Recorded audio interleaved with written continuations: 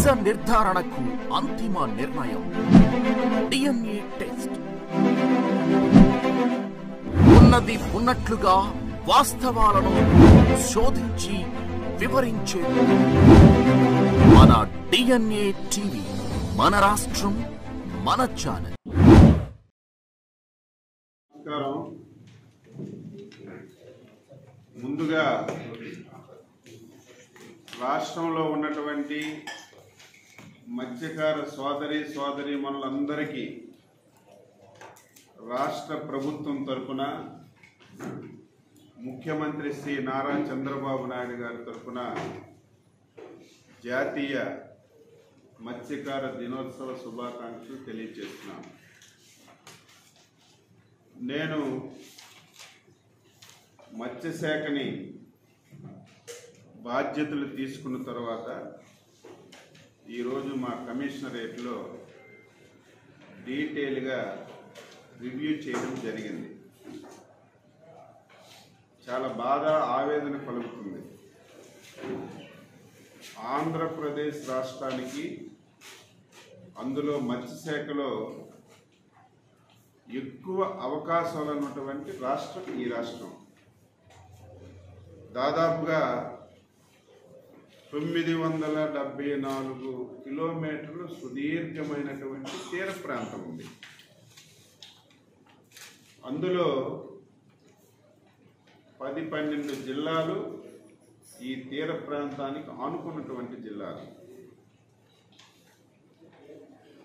దీన్ని మనం డెవలప్మెంట్ చేసుకోగలిగితే, దీనిలో ఉన్నటువంటి అవకాశాలన్నీ కూడా మనం సద్వినియోగం చేసుకోగలిగితే, మత్స్యకార కుటుంబాలకు మేలు చేయడమే కాకుండా రాష్ట్ర ఆదాయాన్ని పెంచుకోవడానికి అనేకమైనటువంటి మార్గాలు ఉన్నాయి.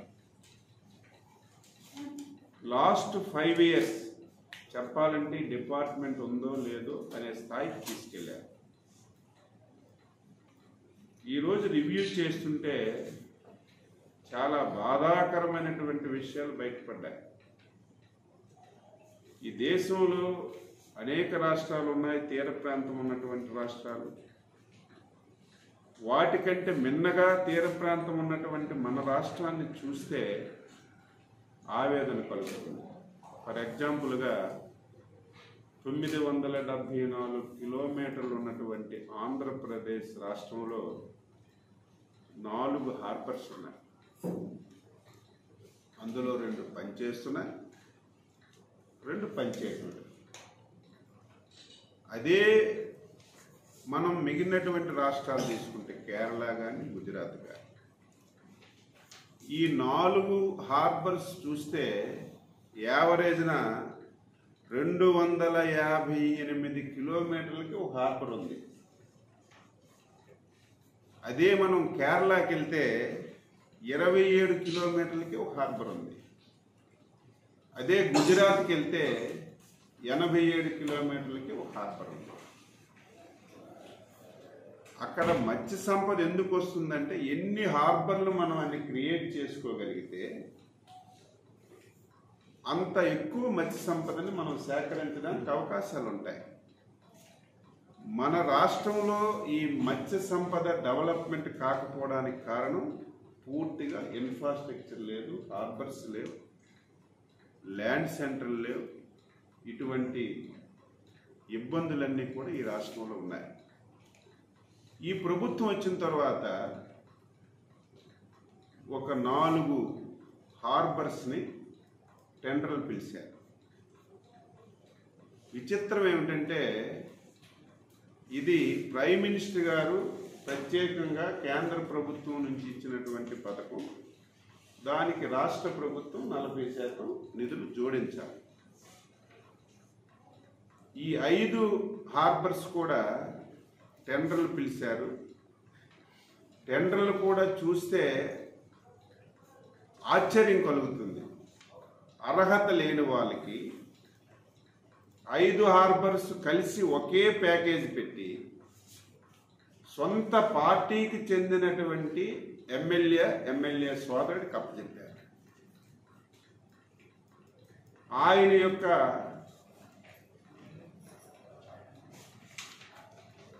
కాంట్రాక్ట్ వ్యవహారాలన్నీ పరిశీలన చేస్తే హార్బర్స్లో పూర్తిగా ఎక్స్పీరియన్స్ లేనటువంటి వ్యక్తి, ఆ వ్యక్తికి సింగిల్ ప్యాకేజ్ ఇచ్చి కాంట్రాక్ట్ అప్పచెప్పారు. ఆయన ఒక్కొక్కరికి సబ్ కాంట్రాక్ట్ ఇచ్చి ఈ హార్బర్స్ పనులన్నింటినీ కూడా ఆటంకం చేశారు. రెండవ ప్యాకేజీలో 4 పిలిచారు, ఆ 4 కూడా ఒకే ప్యాకేజీలు ఇచ్చారు. ఆ 4గింటికి ఎక్కడ పని ప్రారంభించలేదు, ఒక తక్కిడి మట్టి కూడా తీయలేదు. మొబిలైజేషన్ అడ్వాన్స్ 40% ఇచ్చి వాళ్ళకి మేలు చేకూర్చారు. ఇటువంటి పరిస్థితులన్నీ చూసిన తర్వాత చాలా బాధ, ఆవేదన కలుగుతుంది. చంద్రబాబు గారి నాయకత్వంలో రాష్ట్రంలో ప్రభుత్వం ఏర్పడింది. మేము గత 5 సంవత్సరాలు 14 నుంచి 19 వరకు ఈ రాష్ట్రంలో ప్రభుత్వం ఉన్నప్పుడు ఎన్నో స్కీమ్స్ పెట్టాం. అన్ని స్కీమ్స్ ఎత్తేసారు. ఈరోజు స్పష్టంగా ఆదేశాలు ఇచ్చాం. 2014-19 ఈ రాష్ట్రంలో మత్స్యకారులకి ఎటువంటి స్కీమ్స్ ఉన్నాయో అవన్నీ కూడా పునరుద్ధరించమని చెప్పి ఆదేశాలు ఇచ్చాం. డీజిల్ సబ్సిడీ 10 కోట్ల రూపాయలు పెండింగ్ ఉంటే దాన్ని ఇప్పుడే ఫైనాన్స్లో క్లియర్ చేసి రిలీజ్ చేశాం. ఇంకొకటి, వేట నిషేధ సమయంలో ఎవరికైతే భృతి ఇచ్చారో అది కూడా ఒక ఫేక్గా తయారు చేశారు. అస్తవ్యస్తంగా ఉంది.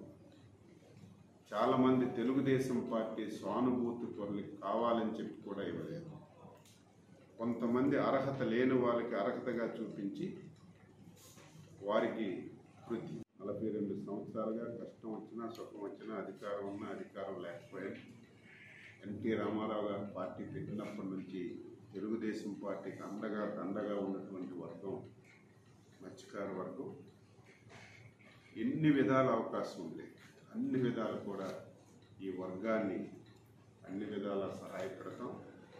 మత్స్య సంపదని మేము పెంపొందించి ఈ రాష్ట్రం యొక్క ఆదాయాన్ని పెంచడమే కాకుండా అధునాతనమైనటువంటి టెక్నాలజీని కూడా ఉపయోగించుకుంటాం. ఈరోజు కేంద్ర ప్రభుత్వం శాటిలైట్ సిస్టమ్ ఇచ్చింది. అంటే ప్రతి ఒక్కరూ ఈరోజు సీలోకి వేటకి వెళ్ళేటప్పుడు ప్రకృతి వైపరీత్యాలు వస్తాయి. అటువంటి సమయంలో కనెక్టివిటీ పూర్తిగా ఉండదు. అటు వెళ్ళే వాళ్ళు ఆందోళన చెందుతారు, ఇంట్లో ఉన్నటువంటి ఫ్యామిలీ మెంబర్స్ కూడా ఆందోళన చెందుతారు. ఇటువంటి వారికి శాటిలైట్ సిస్టాన్ని కేంద్ర ప్రభుత్వం ప్రవేశపెట్టింది. ఇప్పటికే 20,000 పడవలు ఉంటే వేటకెళ్ళేవి, ఒక 4,000 పడవలకి ఆ సిస్టాన్ని పెట్టమని ఆదేశాలు ఇచ్చారు. పెడుతున్నాం. నేను ఇప్పుడే చెప్పాను, మనది సుదీర్ఘమైన తీర ప్రాంతం, నిరంతరం సైక్లోన్స్ వస్తున్నటువంటి రాష్ట్రం. ఎప్పుడు కూడా వేటకెళ్ళినటువంటి మత్స్యకారులు ఆందోళన ఎక్కువగా చెందుతున్నటువంటి రాష్ట్రం కాబట్టి మళ్ళీ సపరేట్గా కేంద్ర ప్రభుత్వానికి రిక్వెస్ట్ చేసి ఆ 20,000 బోట్స్లో కూడా ఈ సిస్టాన్ని అమర్చడానికి ఒక ప్రయత్నం చేస్తామని చెప్పి సందర్భంగా తెలియజేస్తూ, ఆఫీసర్స్ కూడా చాలా చక్కగా అన్నీ ఉన్నట్టుగా అన్ని విషయాలు చెప్పారు. అందరం కలిసి ఒక ఫ్రెండ్లీగా ఈ శాఖని దేశంలోనే ఒక మంచి ఆదర్శవంతమైనటువంటి శాఖగా, ఈ శాఖ ద్వారా ప్రతి ఒక్కరికి మేలు జరిగిందని అచ్చెన్నాయుడుగా నేను ఆఫీసర్స్తో చెప్పుకోకుండా ఎవరైతే బెనిఫిషియర్స్ ఉన్నారో వాళ్ళు చెప్పుకునే విధంగా మేము సేవలు అందిస్తామని ఈ సందర్భంగా ప్రతి ఒక్కరికి తెలియజేస్తూ అందరికీ నమస్కారం. సార్, ఇప్పుడు ఈ అర్హతలు ఇచ్చారన్నారు కదా, గత ప్రభుత్వంలాగా రివర్స్ ఎండింగ్ వెళ్తారా, అది కంటిన్యూ చేస్తారా? ఇప్పుడు ఈరోజు ఫస్ట్ రివ్యూ నేను ఉన్నట్టు చెప్పాను. అర్హత లేకుండా ఇవ్వడమే కాకుండా ఆయన ఎక్కడ చేయడం లేదు. టెండర్లు తీసుకున్నారు, 5 హార్బర్లు టెండర్లు తీసుకుని అన్నీ సమర్పించారు. ఒక ప్యాకేజ్ అయితే టెండర్లు తీసుకున్నారు, మొబిలైజేషన్ అడ్వాన్స్ తీసుకున్నారు, ఎక్కడ ప్రారంభించలేదు. ఇవన్నీ తెలుసుకున్నాం. దీన్ని ముఖ్యమంత్రి గారు దృష్టిలో పెట్టి మళ్ళీ ఒకసారి దీని మీద రివ్యూ చేసి ఏది ఈ రాష్ట్రానికి బాగుంటుందంటే, ఏది మత్స్యకారులకు ఉపయోగపడుతుందంటే, దేనివల్ల అభివృద్ధి త్వరగా జరుగుతుందంటే ఆ నిర్ణయానికి కట్టుబడి ముందుకెళ్తాం. పూర్తిగా ఈ సబ్జెక్ట్ మీద అవగాహన వచ్చింది. నా ఆలోచన ఏమిటంటే 26 మెరైన్ పోలీస్ స్టేషన్స్ ఉన్నాయి తీర ప్రాంతం అంతా. ఈ 25 పోలీస్ స్టేషన్స్ పరిధిలో హార్బర్స్ కానీ, ఫిషింగ్ ల్యాండ్ సెంటర్ కానీ, జెట్టి ఏదో ఒకటి ఆ పోలీస్ స్టేషన్ ఏమన్నా ఏరియాలో మనం క్రియేట్ చేసుకోగలిగితే పోలీస్ స్టేషన్కి దీనికి అనుసంధానం అవుతుంది.